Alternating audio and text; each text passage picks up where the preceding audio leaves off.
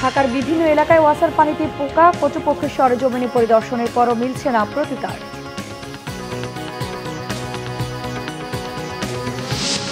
ঢাকায় রাতের আকাশে ড্রোন শোতে 24 গণ অভ্যুত্থানের উপাখ্যান, কারিগরি সহায়তায় চীন।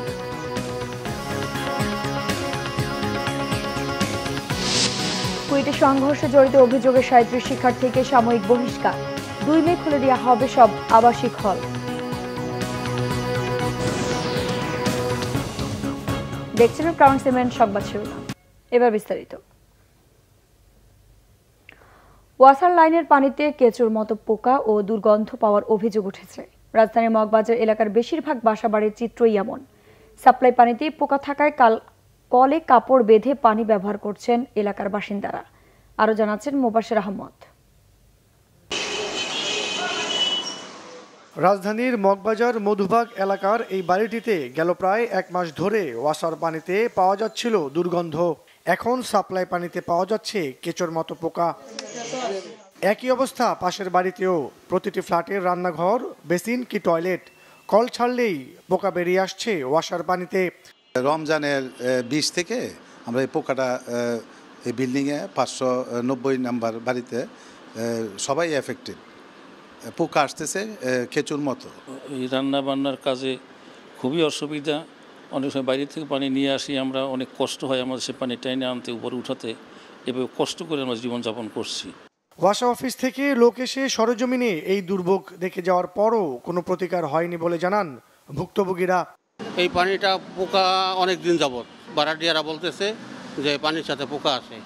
ঠিক আছে, কেউ পদক্ষেপ নেয় নাই। গতকালকে ওয়াসারা ছিল, তারা দেখে গেছে, কিছু বলে নেই। কাজটা করতেছি যেন পোকা যেন প্লেট বাড়িয়ে যান, হাঁড়ি পাতিলে না আসতেছে, চাইলে যেন না আসতেছে, এরকমারি করতেছি আমরা।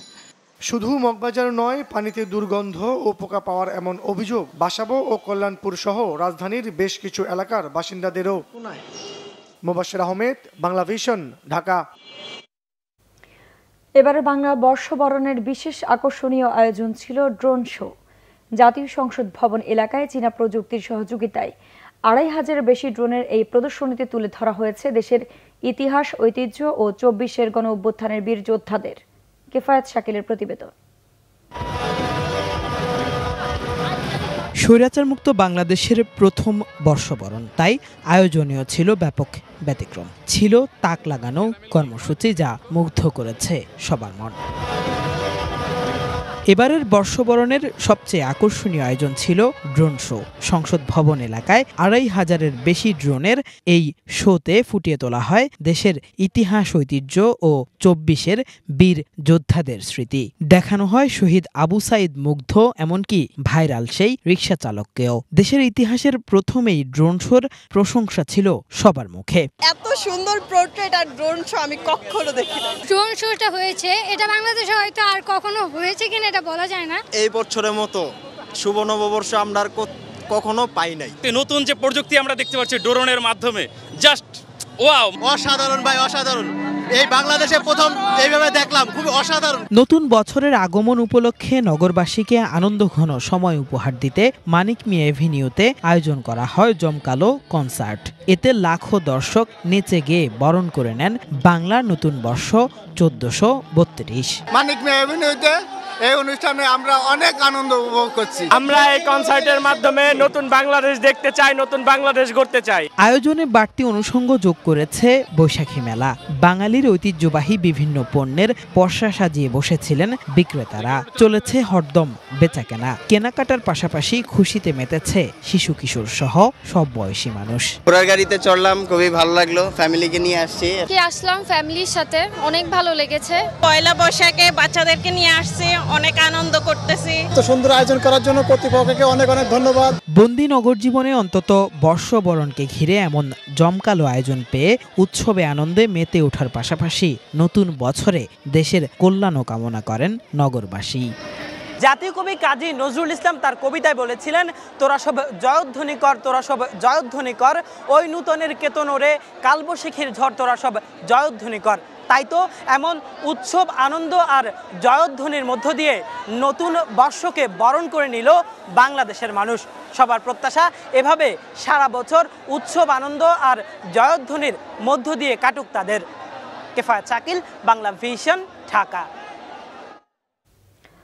খুলনা প্রকৌশল ও প্রযুক্তি বিশ্ববিদ্যালয় কুয়েটের সংঘর্ষে জড়িত থাকার অভিযোগে 37 শিক্ষার্থীকে সাময়িক বহিষ্কার করা হয়েছে। 2 মে থেকে খুলে দেওয়া হবে সব আবাসিক হল। সিন্ডিকেটের এই সিদ্ধান্ত প্রত্যাখ্যান করেছে শিক্ষার্থীরা। সোমবার রাতে বিশ্ববিদ্যালয়ের সিন্ডিকেট সভায় এসব সিদ্ধান্ত হয়। সভা শেষে বিশ্ববিদ্যালয়ের জনসংযোগ কর্মকর্তা শাহিদুজ্জামান শেখ স্বাক্ষরিত সংবাদ বিজ্ঞপ্তিতে এসব সিদ্ধান্ত জানানো হয়। সভার সিদ্ধান্ত অনুযায়ী বিশ্ববিদ্যালয়ের সব শিক্ষা কার্যক্রম 4 মে শুরু হবে। তবে কোন কোন শিক্ষার্থীর বিরুদ্ধে শাস্তিমূলক এই ব্যবস্থা নেওয়া হচ্ছে এবং তাদের বহিষ্কার আদেশ কতদিনের জন্য সেসব তথ্য তাৎক্ষণিকভাবে জানা যায়নি। এদিকে বিশ্ববিদ্যালয়ের আবাসিক হলগুলো খুলে দেওয়ার দাবিতে ক্যাম্পাসে অবস্থান কর্মসূচি চালিয়ে যাওয়ার ঘোষণা দিয়েছেন শিক্ষার্থীরা।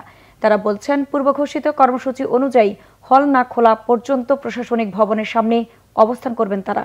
18 ফেব্রুয়ারি কুয়েটের ছাত্র রাজনীতি বন্ধের দাবিকে কেন্দ্র করে সংঘর্ষের ঘটনায় শতাধিক আহত হন। বিএনপি চেয়ারপারসনের পররাষ্ট্র বিষয়ক উপদেষ্টা কমিটির বিশেষ সহকারী ইঞ্জিনিয়ার ইশরাক হোসেন বলেছেন, ক্ষমতার জন্য নয়, দেশের স্বাধীনতা, সার্বভৌমত্ব, গণতন্ত্র ও মানুষের ভোটের অধিকারের জন্য লড়াই করছে বিএনপি। যুক্তরাজ্য প্রবাসীদের সাথে মত বিনিময় সভায় ইশরাক হোসেন একথা বলেন।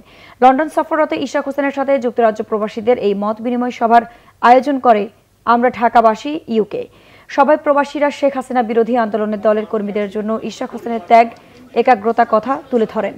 গণতন্ত্র প্রতিষ্ঠায় অবিভক্ত ঢাকার জনপ্রিয় মেয়র মুক্তিযোদ্ধা সাদিক হোসেন খোকার অবিস্মরণীয় অবদানের কথাও উঠে আসে প্রবাসীদের কণ্ঠে। বিএনপি চেয়ারপারসন সাবেক প্রধানমন্ত্রী দেশনেত্রী বেগম খালেদা জিয়ার পূর্ণ সুস্থতা কামনায় আয়োজিত বিশেষ দোয়া মাহফিলে অংশ নেওয়ার পাশাপাশি ইঞ্জিনিয়ার ইশরাকের সাথে মত বিনিময় করেন যুক্তরাজ্য প্রবাসীরা।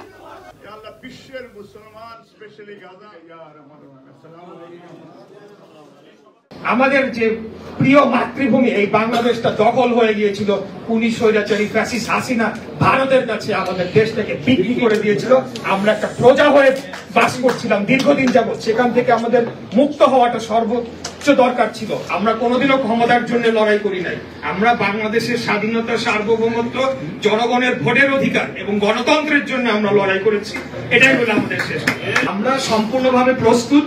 যখনই জনগণ, মহান আল্লাহ তাআলার অশেষ ইচ্ছায়, যখনই জনগণ আমাদেরকে যে কোনো দায়িত্ব দিবে, আমরা বাংলাদেশকে সংস্কার করে যে নতুন যে একটা বাংলাদেশের স্বপ্ন এখন বাংলাদেশের জনগণ দেখছে, সেটাকে বাস্তবায়ন করার জন্য আমরা শতভাগ প্রস্তুত রয়েছি। দর্শক, ছিল এখনকার মতো। পরের সংবাদ সকাল 11টায়। এছাড়া বাংলা ভিশন সংবাদ ও সংবাদ সংশ্লিষ্ট অনুষ্ঠান দেখতে ভিজিট করুন www.bvnews24.com ও facebook.com/banglavishnnews এবং সাবস্ক্রাইব করুন youtube.com/banglavishnnews। ধন্যবাদ।